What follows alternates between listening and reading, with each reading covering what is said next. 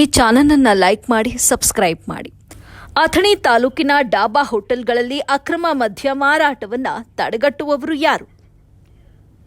ಅಥಣಿ ತಾಲೂಕಿನಲ್ಲಿ ದಿನನಿತ್ಯ ಮಧ್ಯಾಹ್ನ 12 ಗಂಟೆಯಿಂದ ಹಿಡಿದು ಸುಮಾರು ಮಧ್ಯರಾತ್ರಿವರೆಗೆ ಕೆಲವು ಡಾಬಾ ಅಂಗಡಿ ಮಾಲೀಕರು ತಮ್ಮ ಡಾಬಾಗಳಲ್ಲಿ ಹೆಚ್ಚಿನ ದುಡ್ಡಿನ ಆಸೆಗಾಗಿ ಮದ್ಯ ಮಾರಾಟವನ್ನು ಸದ್ದಿಲ್ಲದೆ ಮಾಡಿಕೊಂಡು ಹೋಗ್ತಿದ್ದಾರೆ.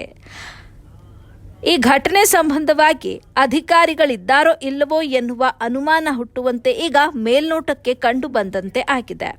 ಇದರ ಸಂಬಂಧಪಟ್ಟ ಅಧಿಕಾರಿಗಳಾದ ಅಬಕಾರಿ ಇಲಾಖೆ ಅಧಿಕಾರಿಗಳಿಗೆ ಈ ಬಗ್ಗೆ ಯಾರೋ ಸಮಾಜ ಸೇವಕರು ಪ್ರಶ್ನೆ ಮಾಡಿದ್ರೆ ಅಧಿಕಾರಿಗಳು ಹೇಳುವ ಉತ್ತರ ಹೀಗಿದೆ: ಕಾನೂನು ಕ್ರಮವನ್ನ ಪಡೆದುಕೊಳ್ತೇವೆ ಅಂತ ಉಡಾಫೆ ಮಾತುಗಳನ್ನ ಹೇಳಲು ಅತಿ ಚಾಣಕ್ಯ ಅಂದರೂ ತಪ್ಪಿಲ್ಲ.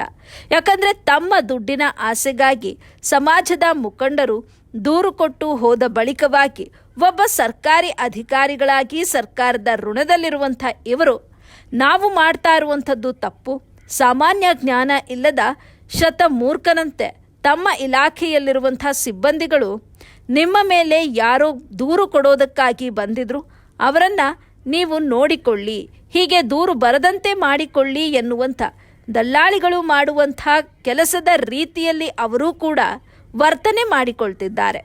ಇದನ್ನು ನೋಡಿದಾಗ ನಮಗೆ ಒಂದು ಕನ್ನಡ ಸಿನಿಮಾ ನೆನಪಿಗೆ ಬರುತ್ತೆ. ಆ ಸಿನಿಮಾ ಯಾವುದಂದ್ರೆ ನಟ ಉಪೇಂದ್ರ ನಟಿಸಿರುವಂಥ ಸಿನಿಮಾ ಬುದ್ಧಿವಂತ.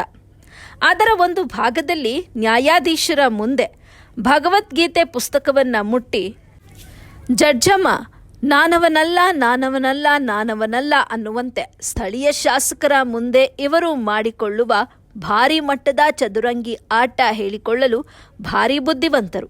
ಇದು ಒಂದು ಗೋಳಾದ್ರೆ ನಮ್ಮ ರಾಜ್ಯದ ಮೂಲೆ ಮೂಲೆಗಳಲ್ಲಿ ಅಕ್ರಮವಾಗಿ ಚಟುವಟಿಕೆ ನಡೆದುಕೊಳ್ಳುವಂಥ ದಿನನಿತ್ಯ ನಮ್ಮ ನ್ಯಾಷನಲ್ ದಿನಪತ್ರಿಕೆಗಳಲ್ಲಿ, ಮಾಧ್ಯಮಗಳಲ್ಲಿ, ಮಾಧ್ಯಮದ ಗೆಳೆಯರು ಸೋಷಿಯಲ್ ಮೀಡಿಯಾಗಳಲ್ಲಿ ಹರಿಬಿಡುವಂಥ ದೃಶ್ಯಗಳನ್ನು ನೋಡಿದಾಗ ನಮ್ಮ ರಾಜ್ಯದ ಕೆಲವು ಹೆಣ್ಣು ಮಕ್ಕಳು, ಹಾಗೆ ನಮ್ಮ ತಾಯಂದಿರು, ನಮ್ಮ ಅತ್ತಿಗೆಯರು, ಹಾಗೆ ನಮ್ಮ ಸಹೋದರಿಯರು ಇದನ್ನು ನೋಡಿದಾಗ ಒಂದು ಬಾರಿ ತಮ್ಮ ಹೃದಯದ ಮೇಲಿರುವ ಮಂಗಳ ಸೂತ್ರವನ್ನು ಕೈಯಲ್ಲಿಡಿದುಕೊಂಡು, ಓ ದೇವರೇ, ನನ್ನ ಮುತ್ತೈದೆತನವನ್ನು ಕಾಪಾಡು, ಯಾಕಂದರೆ ನನ್ನ ಗಂಡ ಕುಡುಕ ಅಂತ ದೇವರಲ್ಲಿ ಬೇಡಿಕೊಳ್ತಿದ್ದಾರೆ.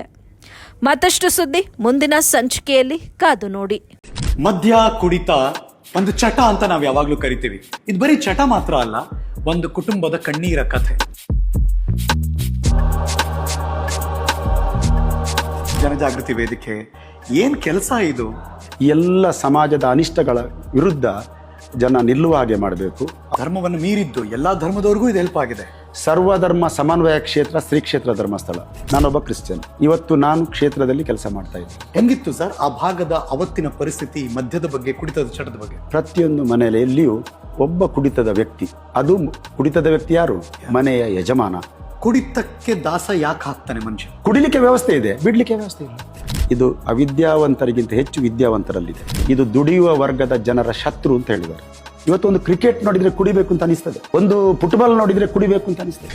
One nation one language Vimal. ತಂಬಾಕು ಭಕ್ಷಣೆಯ ಮಾಡಿದರೆ ಹಂದಿ ನರಕವ ಕೊಂಡ ಸಮಾನ. How do you make it? ಅಂದ್ರೆ ಹೆಂಗ್ ಚೂಸ್ ಮಾಡ್ತೀರಿ, ಹೆಂಗ್ ಪಿಕ್